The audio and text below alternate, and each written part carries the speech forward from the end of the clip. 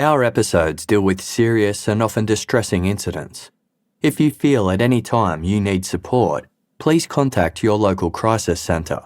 For suggested phone numbers for confidential support and for a more detailed list of content warnings, please see the show notes for this episode on your app or on our website. As it neared 6 p.m. on the evening of Monday, May 23, 1994, Peter Lawrence was starting to worry. Peter lived in Mosman Park, an affluent suburb 11 kilometres outside of Perth in Western Australia, and that afternoon, a violent storm had hit the city. Gale-force winds raged while thunder and lightning clashed and heavy rain pummeled down. It was the type of storm that knocked down power poles and blacked out traffic lights.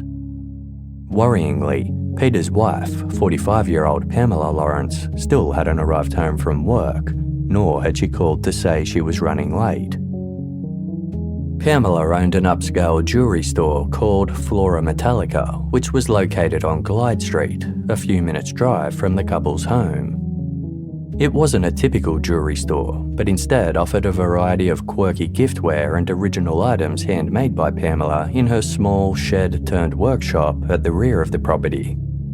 She specialised in dipping everyday objects into decorative metals such as gold, silver or copper to create unique items that were cherished by her customers. Flora Metallica was part of a small cluster of shops near the Mosman Park train station. Some other shops around the area had recently been broken into, and while Flora Metallica hadn't been targeted, a brick had been thrown through the front window, putting Pamela on edge. Given the recent criminal activity, she had instructed her staff that if anyone tried to rob them while they were working, to just hand over whatever they wanted. Money and material objects weren't worth getting hurt over.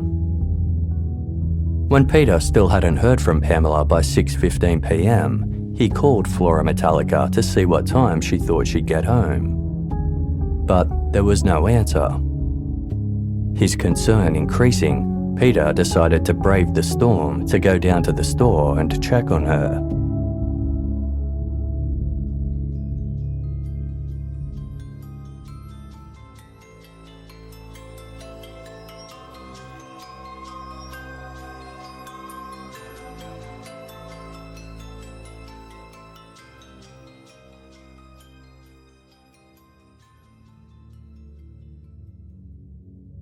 At 6:39 p.m, a call came through to Australia's Emergency Services helpline 000 requesting an ambulance to the Flora Metallica jewellery store in Mosman Park.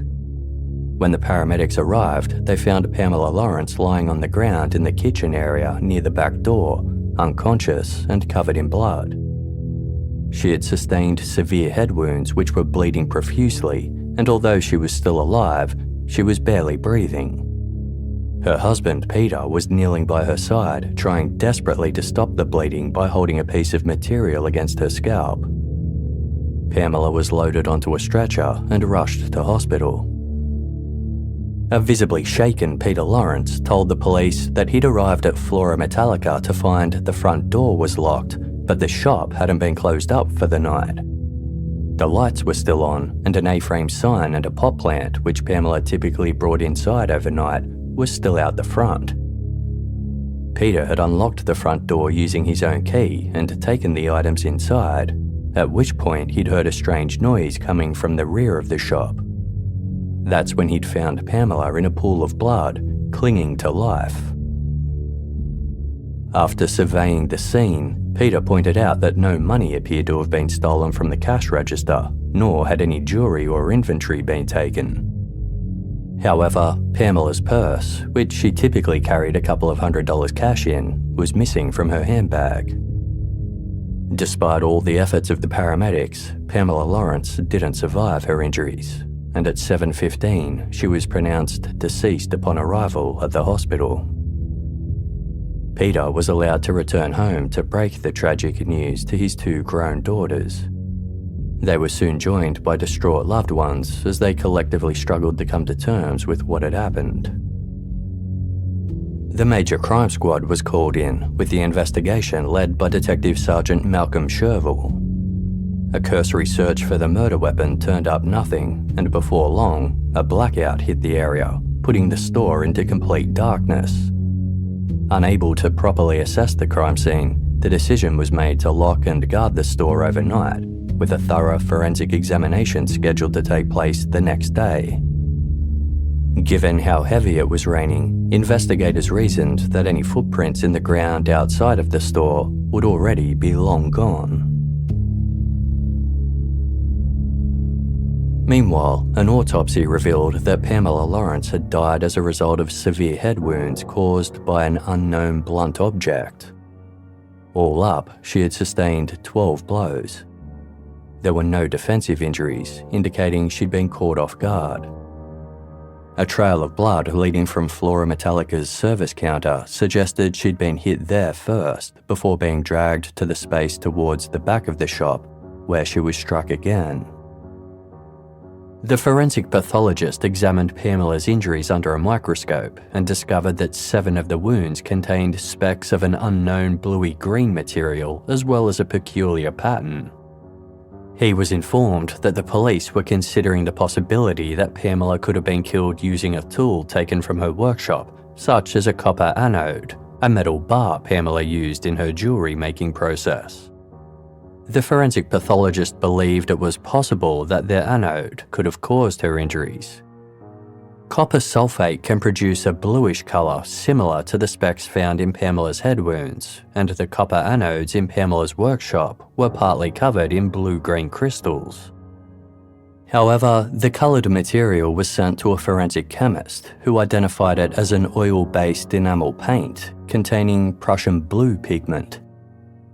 Whatever weapon had caused Pamela's injuries remained unknown.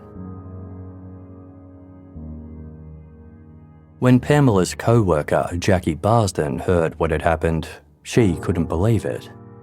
Jackie had spent the day working alongside Pamela, and it had been a completely normal workday before she'd clocked off at around 3 p.m. But when Jackie's 13-year-old daughter, Catherine, later arrived home from school, she had an odd story. Catherine had been picked up that day by her grandmother. As they were driving home down Glyde Street, they'd stopped at a set of traffic lights directly outside of Flora Metallica. Catherine looked inside and saw a strange man standing behind the counter. She described him as being Caucasian, around 30 to 35 years old, around 6 feet tall, and of medium build. He had a slight orange or strawberry blonde coloured beard, and it looked like he was wearing some type of scarf, like a bandana, on his head. As Catherine stared at the man, the two made eye contact, and he quickly crouched down behind the counter. Catherine had never seen the man in the shop before, and thinking it was strange that he was behind the counter, she made sure to check the time. It was 5:02 p.m. When she got home, she told her mum, Jackie, about it, who agreed that it sounded strange. Jackie picked up the phone to call Pamela and make sure everything was okay, but then changed her mind at the last minute, deciding it was probably nothing. When the police were informed about this sighting, the forensic pathologist concluded that the time frame fit. If Pamela Lawrence had been attacked at around 5 o'clock, he believed it was possible that she could have still been alive by the time her husband Peter discovered her just after 6:30 p.m.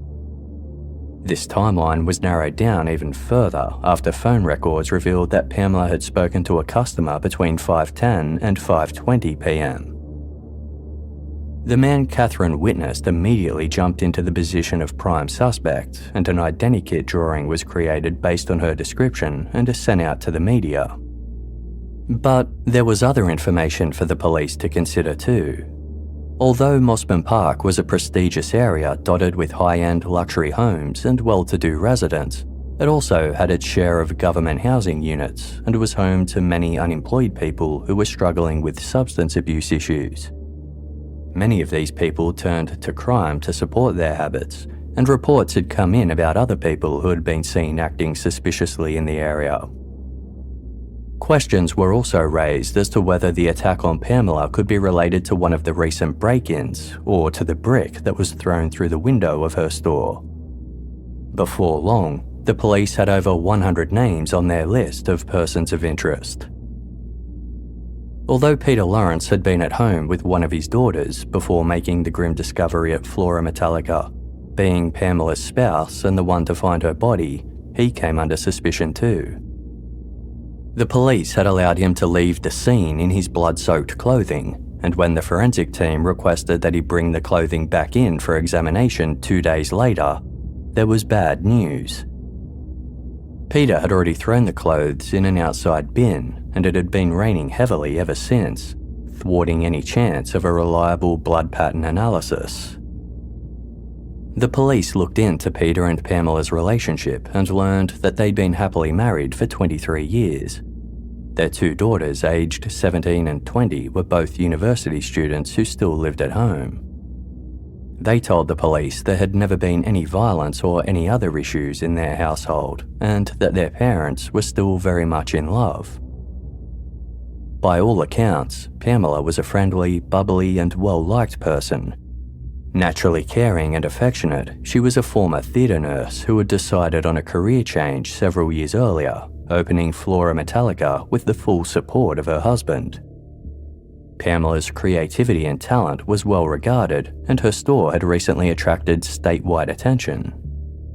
With the police concluding that she was in a loving and stable marriage and had no known enemies, the motive for her murder remained unclear. Money seemed the obvious reason, but nothing besides Pamela's purse had been taken, despite a container of cash being visible on a shelf behind the counter. An examination of Flora Metallica revealed several fingerprints, but all of these were successfully attributed back to employees of the shop or those who had attended the crime scene. The only unidentified print was a partial bloody palm print that was found on top of one of the glass service counters. This couldn't be attributed to anyone. Police continued searching for the murder weapon and for Pamela's missing purse, but with no luck. 3 days after the murder, on Thursday, May 26, they continued their extensive door knock of the surrounding area. Each officer was armed with a questionnaire and the identikit sketch made up using Catherine's description. Detective Sergeant David Capehorn knocked on the door of 23-year-old Michelle Engelhard, a woman who lived in a unit block just a few minutes' walk from Flora Metallica. It turned out she had an interesting story to tell. A couple of weeks earlier, Michelle had met an English backpacker who introduced himself as Andre and said he needed somewhere to crash while he waited for some money to be transferred from England. Michelle allowed Andre to sleep on her couch for a couple of nights, but he quickly outstayed his welcome. Whenever Michelle started hinting that it might be time to move on, Andre did whatever he could to find her some cannabis. Michelle enjoyed a smoke, and when she was stoned, she stopped talking about Andre moving out. But Michelle quickly realised that her houseguest had been lying when she found a copy of his resume in his backpack and discovered that his name was really Andrew Mallard, and he was a 31-year-old unemployed man who lived in Perth. When she confronted him about it, Andrew said he was really an agent from Interpol working to break an organised crime syndicate in Fremantle. He said his real name was Michael Faraday and that the resume for Andrew Mallard was part of his cover. Michelle accepted this story and reluctantly agreed to let Andrew stay at her house. But after telling him about a former friend who had recently stolen from her, Andrew tried to impress Michelle by getting the items back. On Sunday, May 22, he went to the friend's unit block and started bashing on the caretaker's door, demanding to be let into Michelle's friend's unit. Andrew claimed he was a drug squad detective who had just received information there were drugs stashed inside. When the caretaker told Andrew she didn't have a key, he broke into the unit instead. Andrew didn't find Michelle's stolen items, but he did steal a guitar, a pushbike, and a few jackets. It didn't take long for Michelle's old friend to piece it all together, and very soon, the police came looking for Andrew. He was arrested the next day, Monday, May 23, for the break-in as well as impersonating a police officer. He was taken to the East Perth lockup before being granted bail and released later that afternoon. Michelle told the police that Andrew didn't get home until around 6:30 that night. She recalled that he hadn't been wearing a bandana or any other headgear, and that the cap he typically wore had been on a hook at her home. Shortly after arriving home, at around 7 p.m, Andrew left Michelle's place with another friend and caught a train to Fremantle. Detective Capehorn wanted to speak with Andrew, but he was no longer living at Michelle's.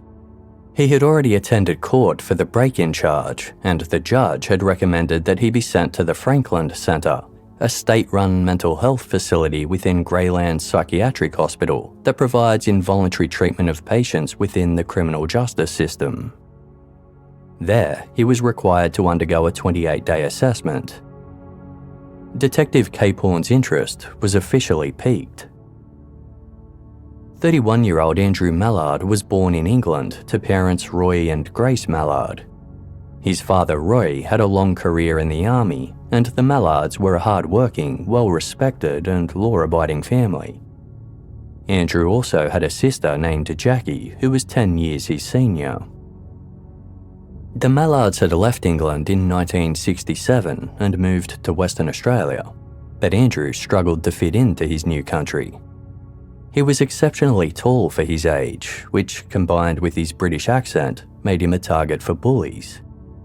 Kids would mimic his accent, call him names, and some even attacked him physically. As a child, Andrew never felt like he belonged, and in high school, things got even worse. Bullies felt safe hitting him because they knew he would never fight back. Andrew left school at 16 with no plans or career path in mind. As he got older, he started hitting the nightclub scene, where at 6 foot 6 inches tall, he stood out in a crowd. It was through this scene that he was introduced to cannabis, which he started smoking regularly. Andrew's parents didn't approve of where their son was heading in life. He was broke, unemployed, and living at home. In a bid to impress them, he enlisted in the army at the age of 20, but he never made it through basic training, instead being offered a medical discharge due to a mild case of the sleeping disorder narcolepsy. Andrew returned to Perth and back to his old ways. With no sense of purpose, he felt lost in life. Convinced he didn't belong in Australia, he pestered his parents to buy him a plane ticket to England. They eventually agreed, but he didn't do much good over there either, and it wasn't long before his parents were paying for his airfare back to Perth. By this stage, Andrew's mental health was declining, and he was on the verge of a complete breakdown. He suffered from extreme anxiety and panic attacks and could barely go outside. Andrew also struggled with personal relationships and a general feeling of inadequacy. His father, Roy, sent him to a psychologist who Andrew met with every week for a few months. It really helped him and got him back on track. He stopped smoking cannabis and felt like he was ready to move out of his parents' house and face the world again. Andrew moved into a share house in South Perth, but his newfound optimism was short-lived when he was unsuccessful at a number of job interviews. When one of his housemates lit up a joint, Andrew couldn't resist his old habit. Within a few months, he was broke and borderline homeless, wandering the streets of Perth and telling fanciful stories in order to secure a place to sleep for the night. By the time he was living at Michelle's house, Andrew was in the middle of a manic episode. He survived off social security payments and by selling items that he either came upon or stole. He dressed oddly in layers and spoke often about his interest in Celtic design and spiritualism, telling people he was a Viking or a warrior who could speak multiple languages. He came under the attention of police due to his ever-increasing erratic behaviour. While at the East Perth lockup after his arrest for the break-in, Andrew was left at a desk unattended for a period of time. He helped himself to a police tie-pin and a badge, thinking they would come in handy to help bolster his Interpol story to Michelle and impress her. A sergeant from the East Perth lockup nominated him as a person of interest in Pamela Lawrence's murder, telling the detectives that he was, quote, "a bloke you need to be interested in." Detective Capehorn went to the Franklin Centre to speak with Andrew Mallard. Upon seeing him, he thought he bore a resemblance to the identikit picture of the man Catherine had seen in the store. Asked for his whereabouts at the time of Pamela Lawrence's murder, Andrew said that after being released from the East Perth lockup at around 3:45 p.m, he'd waited around for a while before catching a taxi back to Michelle's unit in Mosman Park, arriving about 5 p.m. This contradicted Michelle's account that Andrew had returned home around 6:30 p.m. Andrew also said that he used to wear bandanas, but had stopped doing so several months earlier. Detective Capehorn visited the taxi company that Andrew had used and spoke to the driver who had picked him up on the evening of Monday, May 23. The driver had no trouble remembering Andrew because he'd told him that he was a rock star from England. And he hadn't dropped him off at Michelle's unit, but at a different unit block, a little further down Michelle's street. They'd arrived at 5 p.m, and Andrew had told the driver he was just running in to collect some friends and would be right back. When Andrew still hadn't returned by 5:20 p.m, the driver realised that Andrew had done a runner on him. Eager to question Andrew about this new information, Detective Capehorn returned to the Franklin Centre the following day. He wanted to know more about the 90-minute gap between when the taxi driver dropped Andrew off and when Michelle said he arrived home. Andrew came clean, admitting that he'd run off without paying the taxi and that he'd gotten dropped off at that particular unit block because he knew people there he could score dope off of. He gave the names of numerous people who he said could vouch for his whereabouts. Detectives canvassed the unit block to verify Andrew's story, but none of the people he mentioned remembered seeing him during the time in question. Police obtained a warrant to take his clothes for forensic testing. There was no blood on any of his clothing, but his right shoe tested positive for 2 different blood groups. One was undetermined, the other was type B. On average, type B blood is only found in 4% of the population. It just so happened to be Pamela Lawrence's blood group.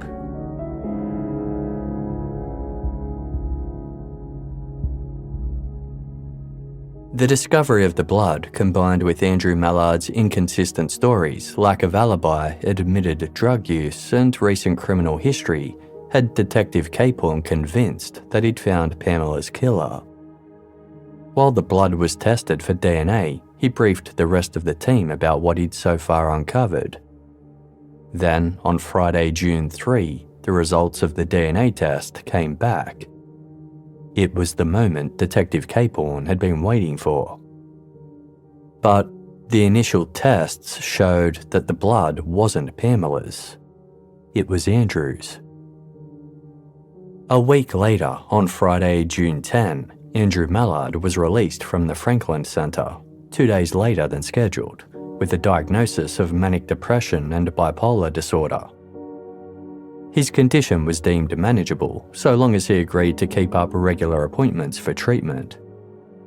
Andrew was put back before a magistrate with the result and was officially free to go. Detective Capehorn was waiting for him outside the courtroom. He approached Andrew and asked if he was prepared to go back to the station to answer a few more questions.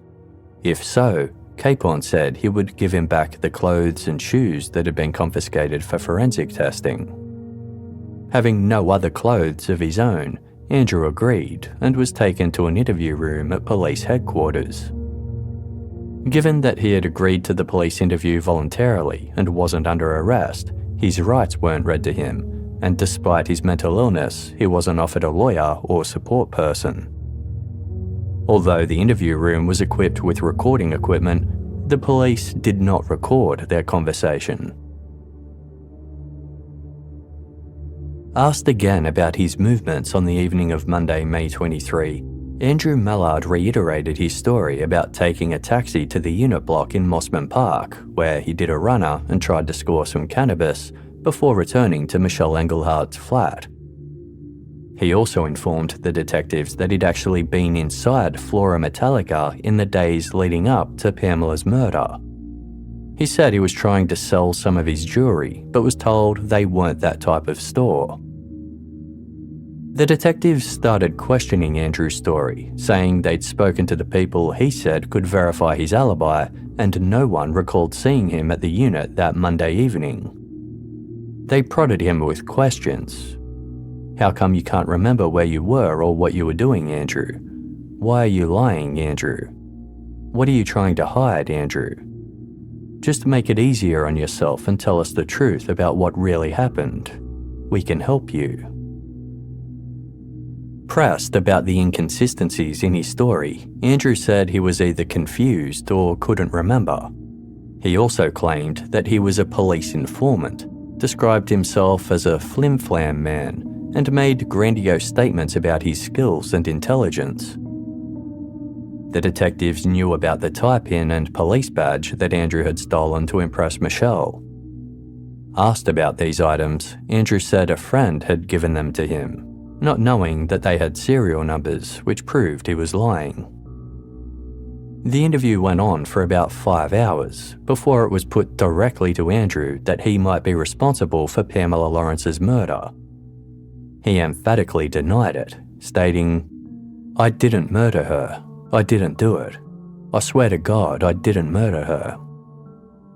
Told that a witness had placed someone matching his description in the store around the time Pamela was killed, Andrew said, "You can put me in the store when I asked that woman about jewellery, but no way did I do the murder." He became increasingly upset, saying, "I have been cooperative and you were trying to pin me for the murder. That's it. I didn't do it. I'm innocent. I swear I didn't do it." As the pressure continued to mount, Andrew told the detectives that he had gone into Flora Metallica on the night Pamela was killed, but only to case it for a potential robbery. He claimed to have locked eyes with a girl in a passing car before hearing a noise and leaving. Andrew then immediately retracted this story, saying that he'd made it all up to get the detectives off his back.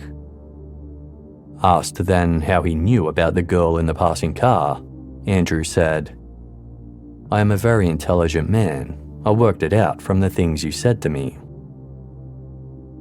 By the time the interview had reached the 6 or 7 hour mark, Andrew had reached breaking point.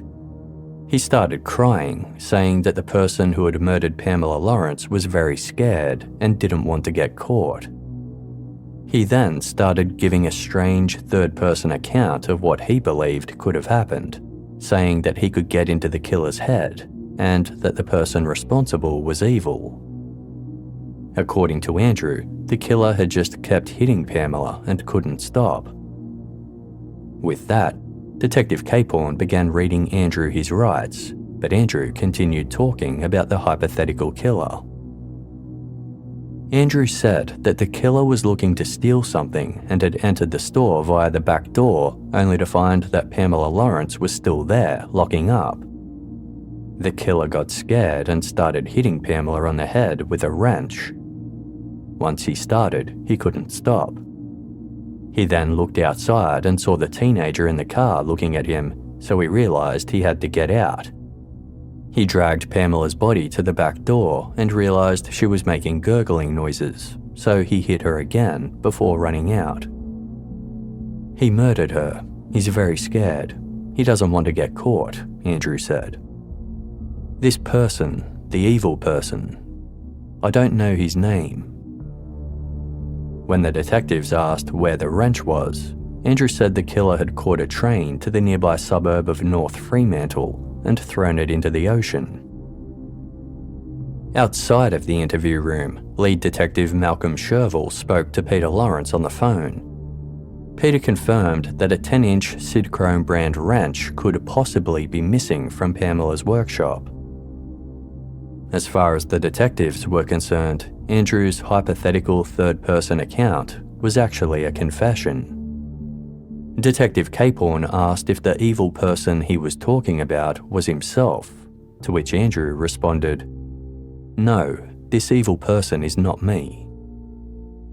The detectives asked him to go back through the story again, wanting to know how he could possibly know these details if he wasn't the one responsible. Andrew lost it and started yelling and swearing. He emphatically denied any involvement in Pamela's murder, reasoning that he'd just been telling the detectives what he thought they wanted to hear so he could leave the interview room. He repeatedly protested his innocence, but his aggression led to a physical altercation in which he bit Detective Capehorn on the upper thigh. The interview was over. Andrew Mallard was charged with assaulting a police officer, and after being examined at the hospital, was granted bail and allowed to leave the station. He never got his clothes back as promised. No longer welcome at Michelle Engelhardt's flat and not wanting to go home to his parents, Andrew was forced to sleep in a park. A few days later, while hanging out in the park, he met a man named Gary.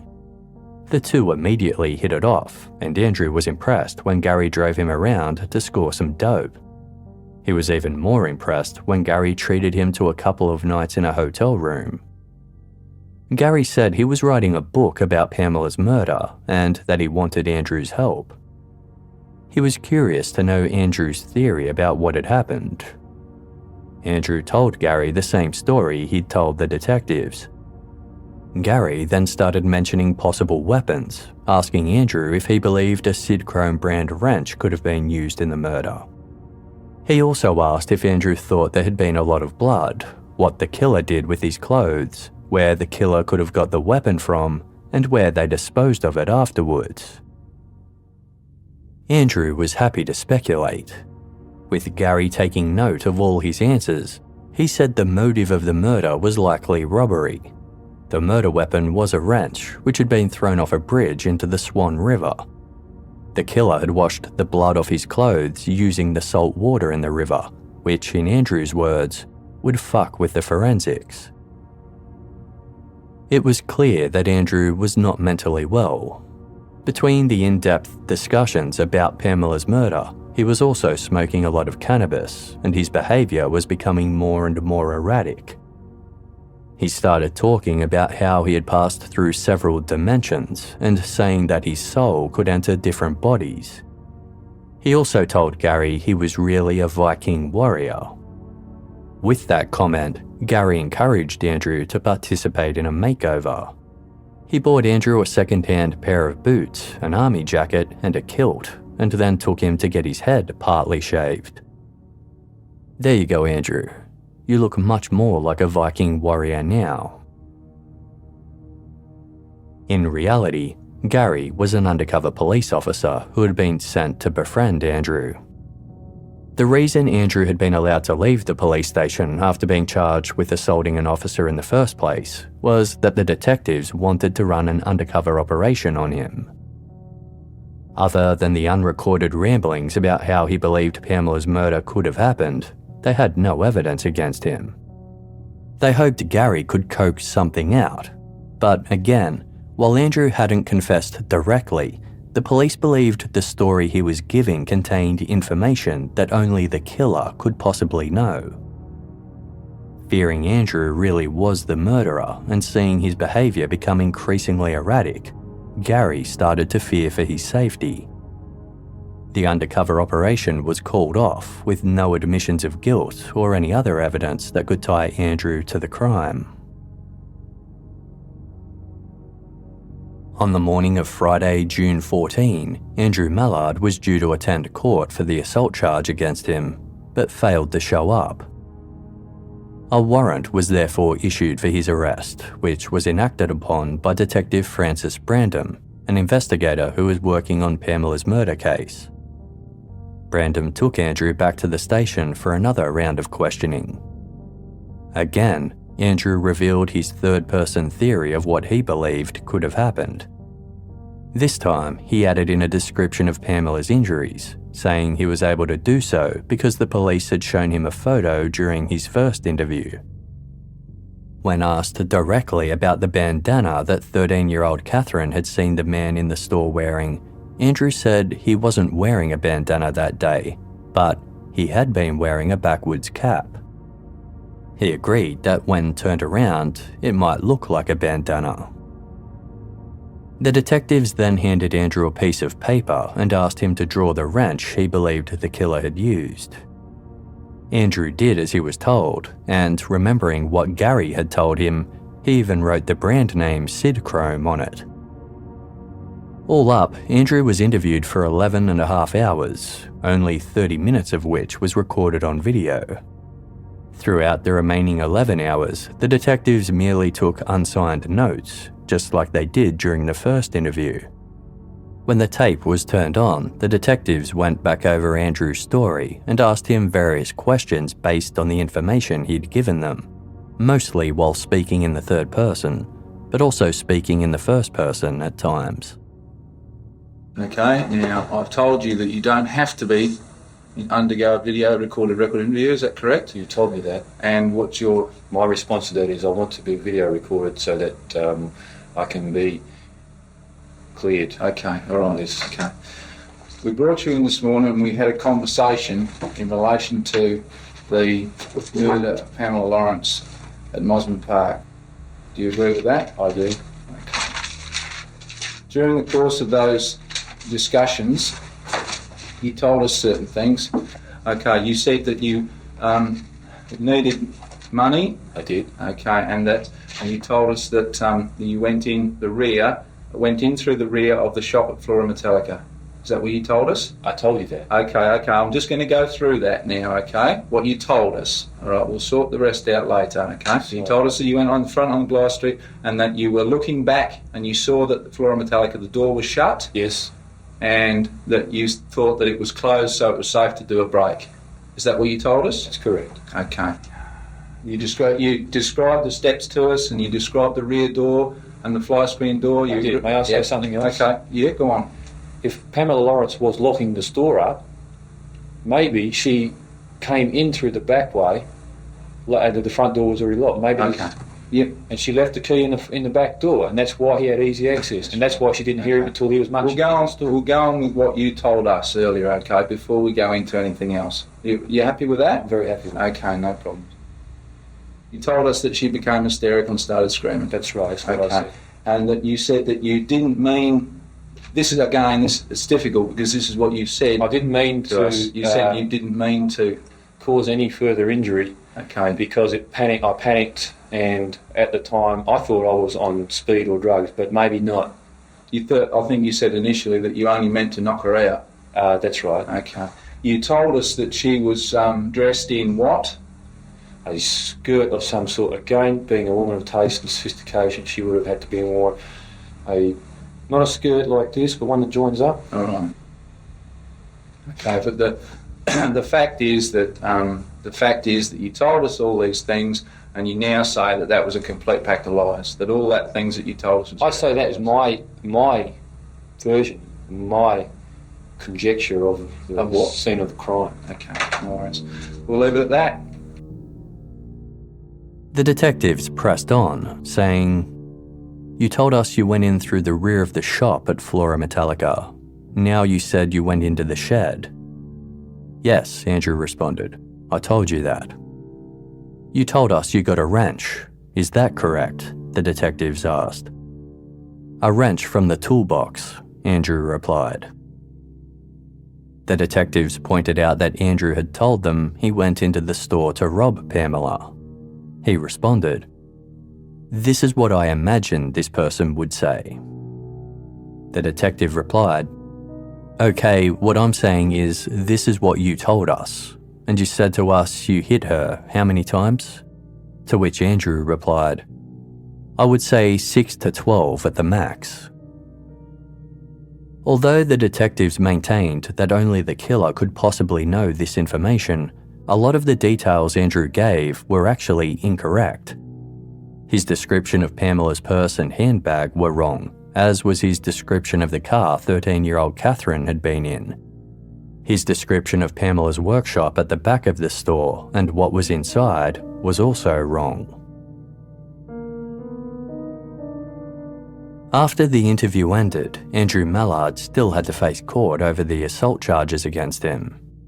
Again, the judge sent him back to the Franklin Centre for an assessment. Meanwhile, the detectives working on Pamela's murder presented their case to one of the state's top prosecutors, John McKechnie. Their case relied mostly on Andrew's supposed confessions, which had been given mostly in the third person and without being recorded. All up, Andrew had been interviewed for a total of 19 hours, but less than an hour of that was captured on tape. The rest of his account relied on detectives' notes. Given that Andrew had never signed those notes, it meant he hadn't corroborated what was said. But McKechnie felt that what was captured on tape was enough to proceed with a murder charge.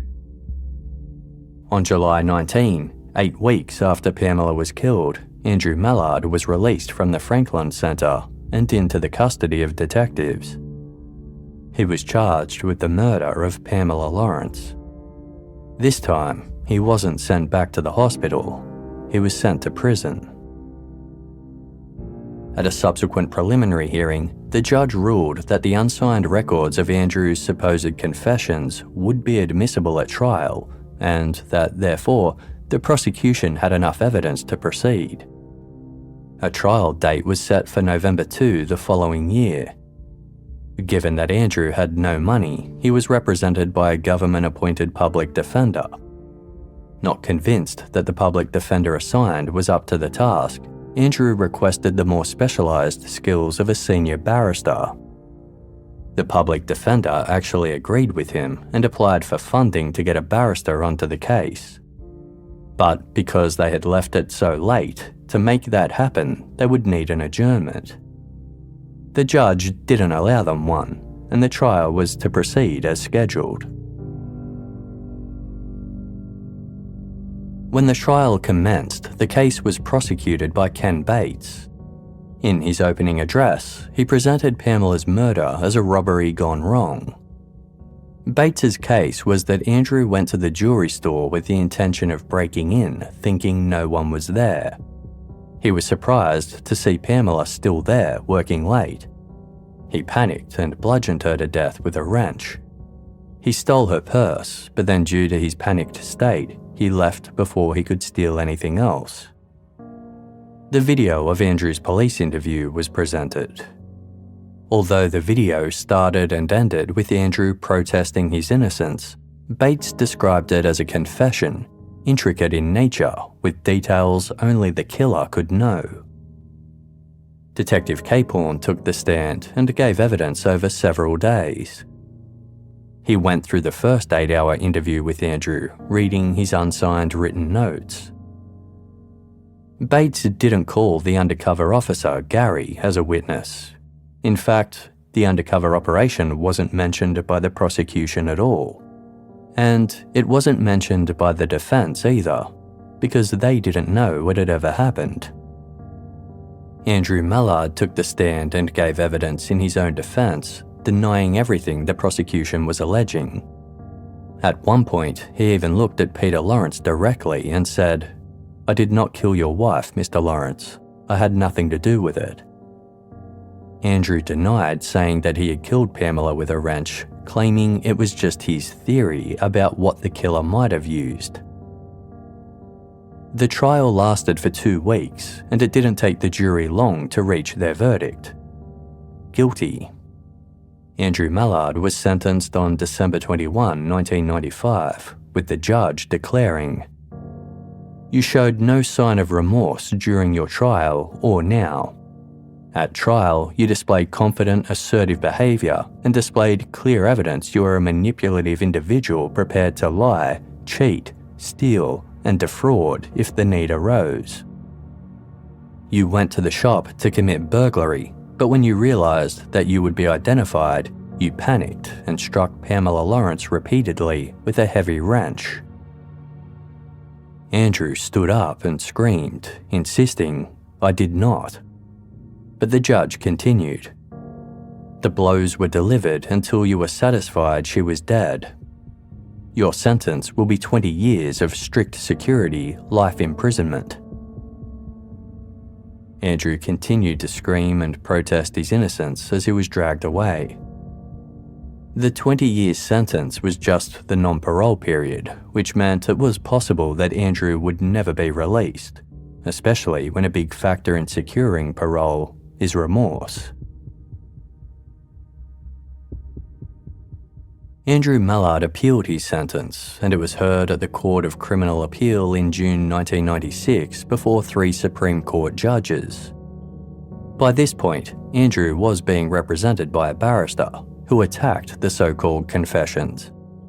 He labelled them as unreliable, given that although a video camera was available in the room the entire time, less than 1 hour was recorded out of the 19 hours that Andrew was interviewed.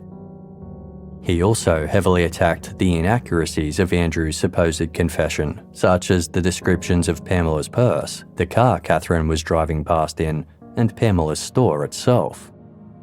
He highlighted the fact that there was no forensic evidence, no positive ID, and no murder weapon to tie his client to the crime. The barrister also said it was extremely unlikely that Andrew would have had enough time to exit the taxi at the unit block in Mosman Park at 5 p.m, only to make it roughly 350 metres to Flora Metallica to be seen by Catherine at 5:02 p.m. The prosecution relied on what they called the 15 things in Andrew's confession that only the murderer could have known. But some of these details had been told to Andrew, such as the fact that the murder weapon was a Sid chrome wrench. There was no proof that a wrench had been used, and no murder weapon had ever been uncovered, but this detail formed part of the 15-point case against Andrew regardless. The appeal judges listened to both sides before retiring to reach their verdict. 3 months later, they unanimously dismissed Andrew's appeal and his conviction was upheld. However, the ruling did come with a warning to police. Unrecorded confessions would no longer be allowed. The ruling also stated that while there had been some unsatisfactory aspects of Andrew's case, there had been no miscarriage of justice. This ruling meant there was only one court left for Andrew to go, the High Court. But you couldn't just take any old case to the High Court. Generally speaking, the High Court is only interested in severe miscarriages of justice or matters of national importance. Andrew would have to convince 3 judges that his appeal had grounds to be heard there. His barrister pleaded the case to the judges, but they weren't convinced that the case had merit to be heard in the High Court. With that, it was done. Andrew Mallard would be in prison for life. Andrew struggled to cope with the ruling. He demanded to take a lie detector test and even demanded to be injected with truth serum. As time went on, he started to believe he was the victim of a big conspiracy. He was convinced the authorities must be trying to brainwash him. The real killer must be a powerful man, and Andrew was set up as a patsy. He started to believe that everyone was in on it. The murderer, the police, the lawyers, the judges, the prison guards, everyone. He became convinced that the long police interviews were actually brainwashing sessions, designed to convince him he was responsible for Pamela's murder. He went to the prison library trying to find anything he could about brainwashing and hypnosis, convinced this could be the only explanation. The idea continued to grow in Andrew's head. He started to see the jail as a brainwashing facility in which the lights were actually cameras recording his every move, and the live feed was being sent back to Detective Capehorn. The distress alarm in his cell was a speaker where messages were whispered to him in his sleep. He saw other prisoners as actors whose job was to convince him he was in prison, when really They were part of the brainwashing conspiracy. Andrew became obsessed with this idea, refusing to speak to any other prisoners and even cutting off all visits from his family. He even put a sign in his cell that read, "My name is Andrew Mark Mallard. I will not speak to any police or member of the justice system, prisons department, or any other authority without proper legal representation. I have nothing to say." Despite this, Andrew was known to be a passive, well-behaved prisoner who kept to himself, and he was therefore generally left alone. Andrew's parents, Roy and Grace, as well as his sister Jackie, never believed that Andrew was guilty. Convinced that the story didn't add up, Roy dedicated himself to studying court transcripts, witness accounts, and legal books to try and find a hole in the case against his son. While obsessing over Andrew's case, Roy started to experience pain in his stomach. A trip to the doctors revealed it was cancer and that Roy didn't have long to live. Roy told Grace not to tell Andrew. Already concerned about his mental state, he didn't want to give him something else to worry about. Grace agreed, and Roy died less than 4 weeks later. Having cut off all visits, Andrew hadn't seen his family for years. When his mother broke the news to him about his father's death, Andrew didn't believe her. Still running with his conspiracy theory, he believed the powers at play had gotten to his family and the story of his father's death was designed to finally make him crack. "Don't worry, Mum," Andrew said. "I know you've been told to say this. Tell Dad I know he's alright. Don't worry about me, okay?" His sister couldn't convince him either. In Andrew's view, his dad was the strongest man he knew and was in great health. There was no way he was dead. Although Andrew was upset that the authorities had gotten to his family, he was determined not to let them break him.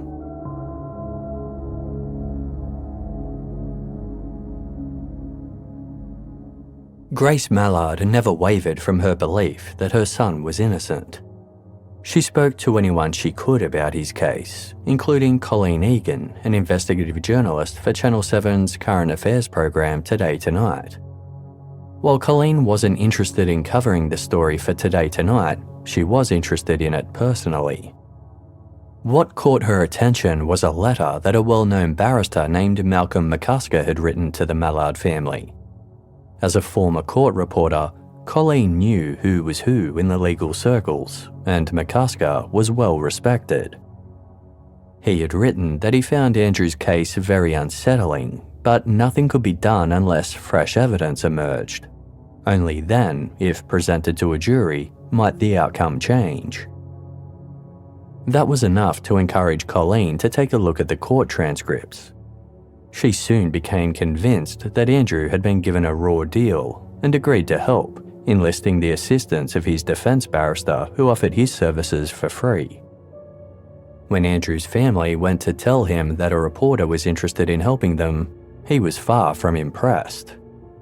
Convinced this was just another part of the conspiracy, he refused to talk, saying that he didn't want any help.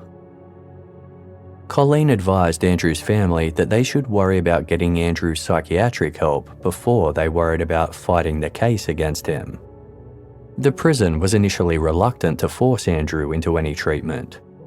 Sure, his behaviour was odd, but he wasn't violent and he wasn't causing any trouble. Eventually, they changed their stance, and Andrew was once again sent to the Franklin Centre for an assessment by a psychiatrist. Being in the hospital for the third time seemed to snap Andrew back to reality. He realised there was no way his fellow patients could be actors, and that he was in a real hospital. It suddenly became clear to him that this was not a conspiracy. This was real. The switch was flicked. Andrew was back. Putting an end to his conspiracy thinking, Andrew wanted to cooperate with the psychiatrist and prove he was innocent. After a few months of treatment, his condition greatly improved and he was sent back to prison. Andrew apologised to his family, saying his conspiracy theory was the only way he could rationalise what had happened to him. Andrew's sister Jackie called Colleen Egan and told her the good news. Andrew was ready. But it was a long process. Colleen worked on the case for 4 years with the help of Andrew's barrister and many others, but they couldn't find the fresh evidence they needed to launch a new appeal. At a standstill, Colleen decided to approach an unlikely ally. John Quigley was a well-known lawyer who spent 25 years working with the police union, defending police officers accused of wrongdoing. Rarely losing a case, he'd earned an exceptional reputation as one of the best lawyers you could get. He was also a big personality who didn't mind the limelight. Quigley knew everything there was to know about police procedures and practices. That's what made him such a good person to approach. But it was risky. Having spent 25 years defending police officers, he'd developed some solid relationships and contacts. He was the only non-police officer to be given a life membership of the police union. Colleen knew this from her crime reporting days, and she also knew that Quigley had recently quit law and taken up politics, becoming a Labour Party backbencher. During the 4 years she'd been working on Andrew's case, Colleen had also changed jobs. It just so happened she was now working for the Australian newspaper, covering politics. Colleen approached Quigley and let him know that she strongly believed an innocent man was behind bars. What better start to his career in politics than to help get an innocent man out of prison? Although Quigley didn't make any promises, he told Colleen he would have a look at the case and get back to her. Quigley immediately saw a problem. The case against Andrew relied strongly on the belief that he had killed Pamela using a Sidchrome wrench. But the forensic pathologist who performed Pamela's autopsy, Dr. Clive Cook, said he wasn't convinced that Pamela had been killed using a wrench, and that he hadn't yet seen a wrench that would cause the injuries she had sustained. Something else didn't sit right with Quigley. After Andrew's first police interview, when he was charged with assaulting a police officer, he'd been allowed to leave despite having nowhere to live at the time. It was very unusual for an accused offender to be released on bail if they were experiencing homelessness. Quigley compared this fact with the evidence given by Detective Francis Brandom, who had arrested Andrew after he failed to show up in court for the assault charge. According to Detective Brandom, he'd just been driving around when he happened to see Andrew in the park he'd been sleeping in, so he'd arrested him on the warrant and conducted the second interview in relation to Pamela Lawrence's murder. Quigley was able to put 2 and 2 together pretty quickly. He realised that Andrew had initially been released because the police were running an undercover operation on him, and that they knew where he'd been the entire time. He also found it unusual that there had been no mention of the undercover operation at Andrew's trial. Colleen's idea to approach John Quigley had paid off, as these were things that stood out to him that Colleen and the others hadn't seen. Assuming that more had probably been hidden, Quigley decided to meet with the forensic pathologist, Dr. Cook. Quigley asked him how it came to be that a wrench was determined to be the murder weapon. Dr. Cook said he had no idea. He told Quigley the same thing he had told the detectives in charge of the case, as well as the prosecutor. "I find it hard to believe a wrench would have caused these injuries." Quigley showed him the sketch that Andrew had drawn of the Sidchrome wrench that had been presented as evidence during his trial. Dr. Cook had never seen it before. Despite having testified himself, the sketch had never been shown to Dr. Cook, nor had he been asked on the stand if a wrench could have caused Pamela's injuries. This was enough for the ball to start rolling. Colleen Egan started writing articles about the potential miscarriage of justice, while John Quigley started making some noise about it too. Up until that point, all they had were the court transcripts, so he used his political connections to get a hold of the prosecution file. One thing immediately stood out. Back in 1994, tests had been done on a pig's head to see if a wrench could make the same wounds suffered by Pamela Lawrence. They didn't match. The results of this test were never disclosed to the defense or mentioned at the trial. Given that the wrench was the only weapon ever mentioned in Andrew's so-called confession, and it was incapable of inflicting Pamela's injuries, this alone was enough for Quigley to realise that there were some grave doubts about the reliability of Andrew's confession. The prosecution file also confirmed Quigley's suspicion that an undercover operation had taken place. By this point, several years had passed since Andrew's trial, and the prosecutor, Ken Bates, was now highly respected and esteemed in his field. John McKechnie, who was the top prosecutor in the state at the time and who gave the detectives the go-ahead to charge Andrew, was now a serving Supreme Court judge. Detectives Sherville and Capehorn, who had been central in the case against Andrew, were now assistant police commissioners. Detective Brandom, who arrested Andrew and conducted the second interview, was now a superintendent. Not surprisingly, there was resistance to what Quigley was saying about the case. Headlines read that Quigley was trying to get a vicious murderer off on a non-disclosure technicality. Those who had been involved in the investigation and trial maintained that the case against Andrew Mallard was strong. They argued that he had made a solid confession and a jury had been convinced beyond a reasonable doubt that he was the killer. But enough had been uncovered for the case to be referred back to the Court of Criminal Appeal. Prosecutors were determined to fight.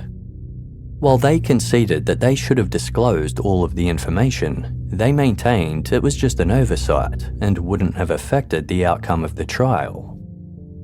Barrister Malcolm McCusker, whose letter had initially sparked Colleen Egan's interest in the case, was defending Andrew. And because the case was back before the court and full disclosure had now been made, there were a few more issues that came up. Michelle Engelhardt, the woman Andrew had been living with at the time of Pamela's murder, had given several statements to police. Each one was slightly different to the one before it, with details either added in or taken out to better fit the theory that Andrew was responsible for the crime. Only Michelle's last statement had been given to the defense, which conveniently made no mention of crucial details that Michelle had previously given, such as the fact that the baseball cap Andrew often wore had been hanging on a hook at her home at the time Pamela's murder took place. This was the same cap that the prosecution alleged Andrew had been wearing backwards at the time he killed Pamela, which 13-year-old Catherine had mistaken for some type of bandana. Catherine had made her own sketch of the suspicious man she'd seen in the store as soon as she'd arrived home, and had also written her own account about what she'd witnessed. In those, Catherine had described the man's bandana as being blue, green and cream in colour with an orange border. 8 weeks later, when giving another statement, she was shown Andrew Mallard's cap, which was red, yellow and black with gold braiding around the edge. After this, a detective added a note to her statement which read, "I have been shown a cap by the police, and I cannot say if it was what I saw on the man in Flora Metallica on Monday 23 May 1994. I can say that it has the same colours of what I saw the man wearing in the shop that day." Catherine's final statement simply described the suspect's headwear as being mixed coloured and patterned, and made no mention of the original sketches she had drawn in the immediate aftermath. Andrew was also taller than the man Catherine had described, and didn't have a beard, but a mustache. When Catherine had been shown a photo lineup that included Andrew, she had failed to pick him out as the man she'd seen. None of these details were mentioned in her final statement, nor were they presented at Andrew's trial. Some vital information had also been removed from a forensic report, and only the amended version had been supplied to the defense and presented as evidence at Andrew's trial. The information that had been removed was that there was no trace of salt water on Andrew's clothing. This was significant because when Andrew had given the police his theory about Pamela's murder, he said that the killer had washed his clothes in the Swan River because the salt water, quote, fucks with the forensics. Given the investigators had treated Andrew's third-person rants as a confession, the fact that there was no salt water on his clothes, nor any of Pamela's blood, didn't look good for their case against him. Prosecutor Ken Bates had told the jury that Andrew had washed his clothes in the river regardless. Andrew's new defence team therefore argued that evidence had purposely been withheld, altered or omitted in order to strengthen the prosecution's case. The case was heard for the second time in the Court of Criminal Appeal on December 3, 2003, by which point Andrew had spent 8 years in jail. Neither Detectives Sherville or Capehorn were called as witnesses by the prosecution during the appeal, meaning the defence could not cross-examine them. The panel of judges ultimately agreed that there had been non-disclosure issues, but they didn't think these details would have affected the outcome of the trial.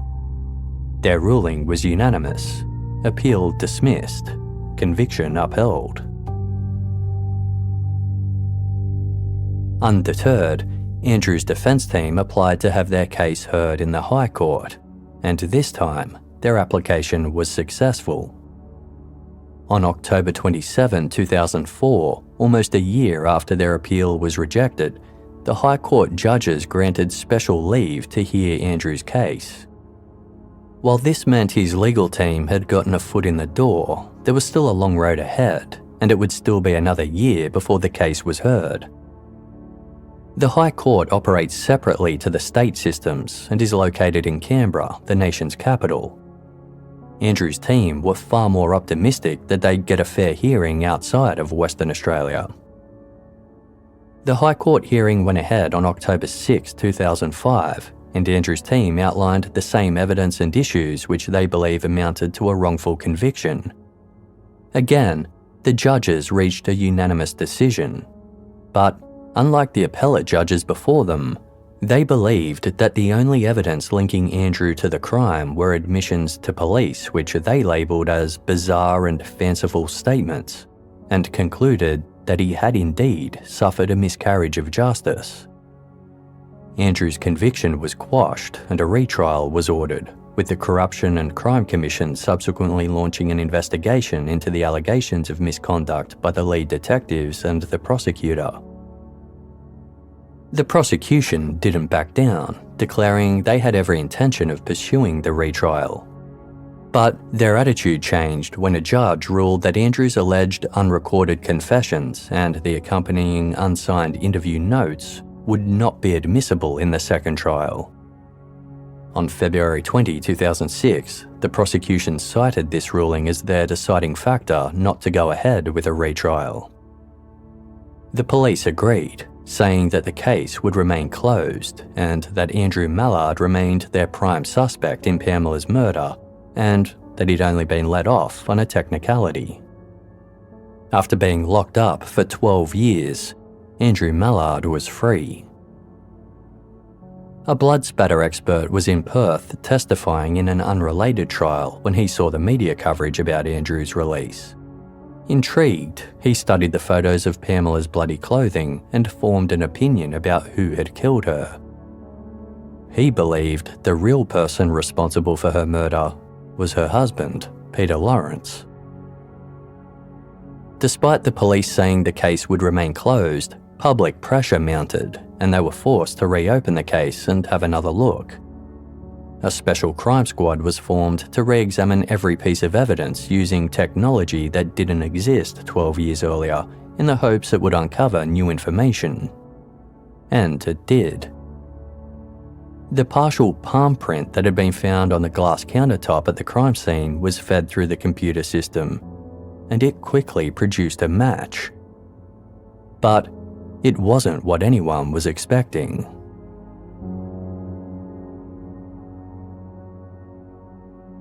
In July 1994, just 7 weeks after Pamela's murder, An English backpacker named Simon Rochford was arrested for the murder of his girlfriend, Brigitte Dickens. Simon had been in Perth for only 6 months at the time, having met local woman Brigitte shortly after he arrived. Simon had spun a whole heap of lies to Brigitte about who he really was and what he was doing. He told her grand tales of being rich and successful, when really he was a criminal who had overstayed his tourist visa.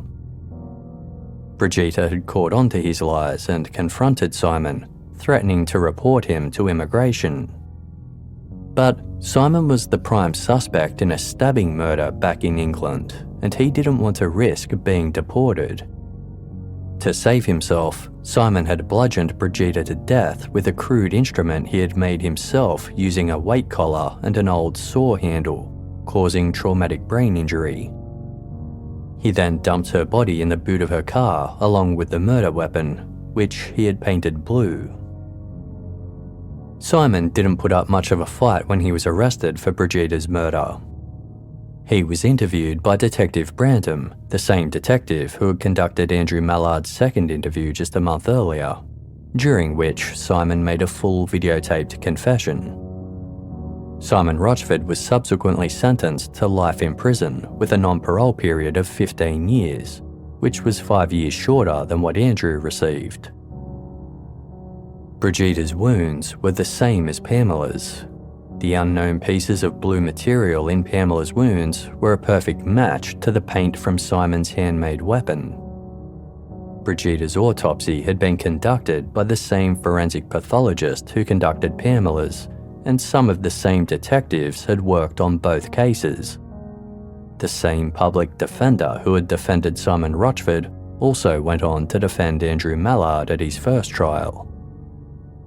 Despite these factors and the short amount of time between the two crimes, no investigators had ever linked them, nor had any members of the public ever nominated Simon Rochford as a person of interest.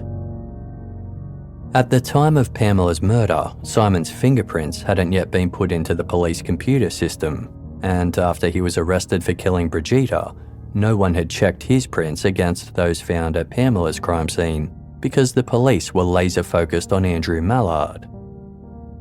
But it was now obvious to the Special Crimes Squad that the police had been wrong from the get-go.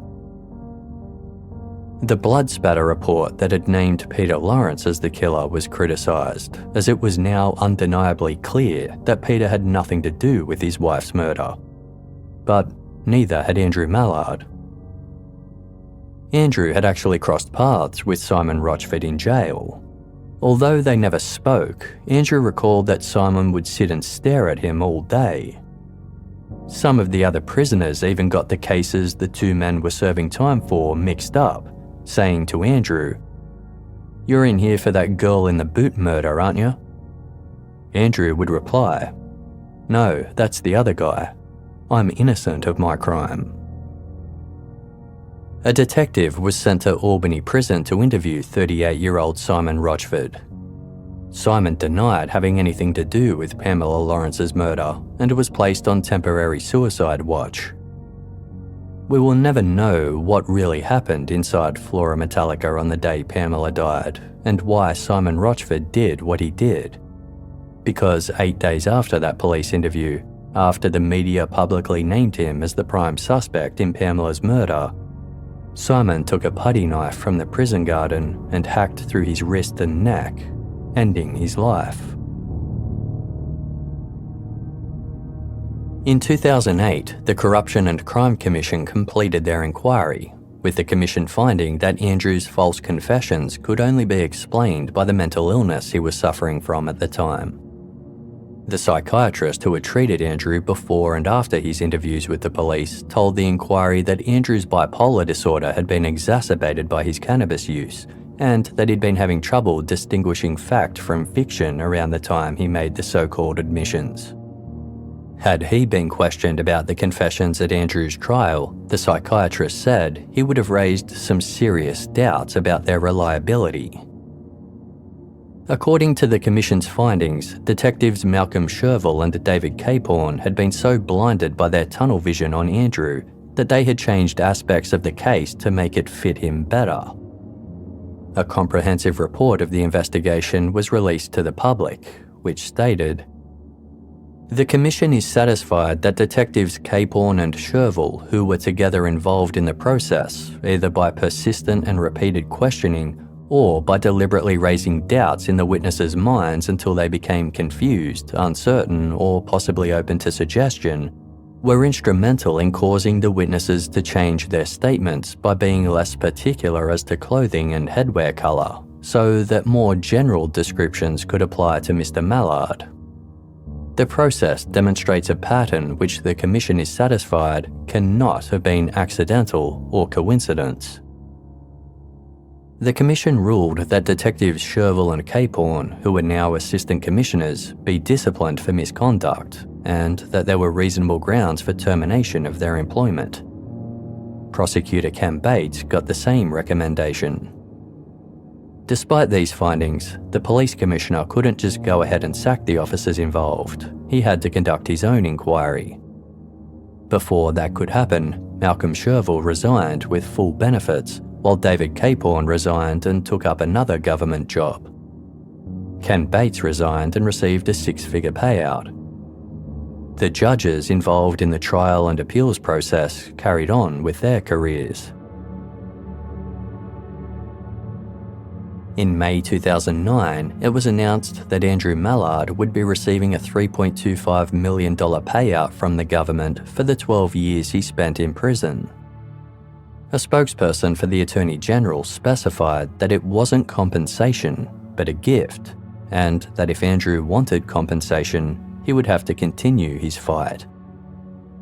Despite being one of the highest ex gratia payments made in Western Australia at the time, it was half of what Andrew had been seeking, and he found it woefully inadequate, telling reporters he felt extremely disappointed.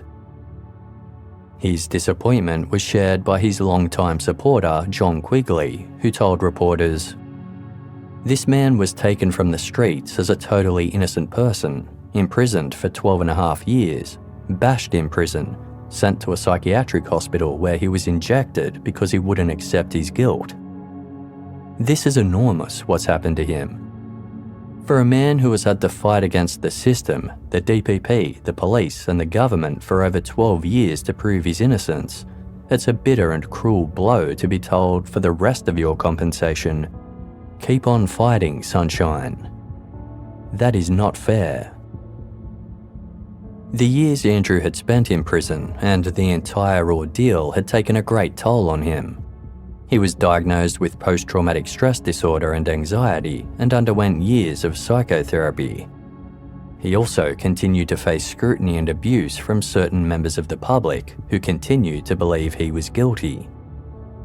In 2010, he told ABC's Australian Story that there would always be a stigma that went with being wrongfully imprisoned. "People don't know the full story," Andrew said.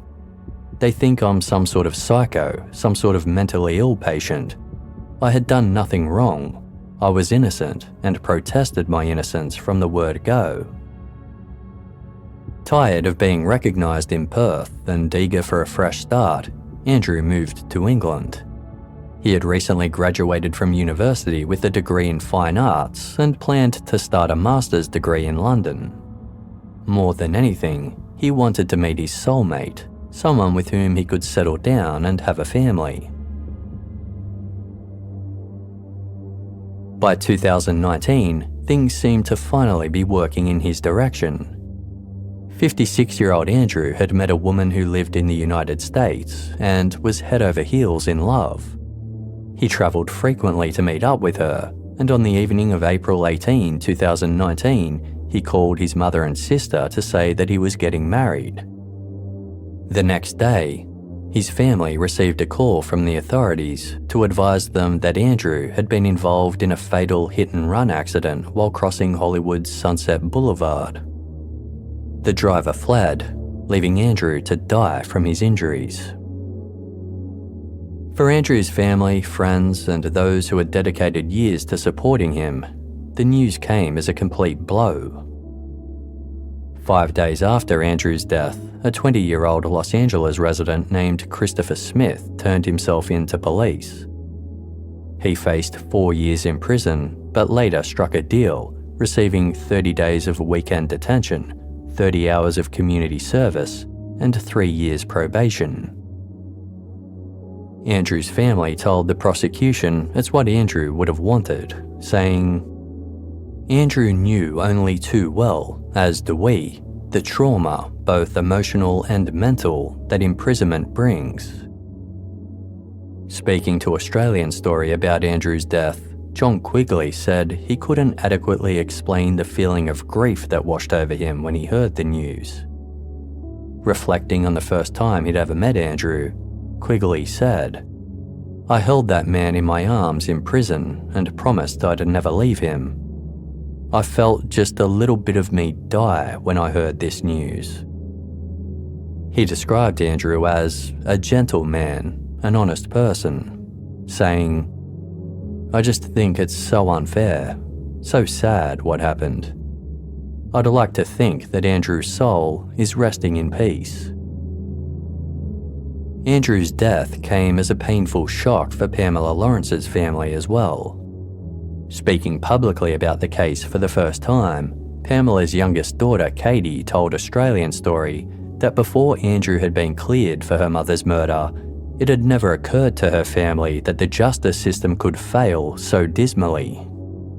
Katie said, "I have enormous regrets at how long it took me to realise that Andrew was innocent. I really want people to know that my family believe Andrew's innocent 100%, and we have nothing but regret for what he's been put through, what his family and his supporters have gone through. If it wasn't for them, I don't think we would ever have known the truth."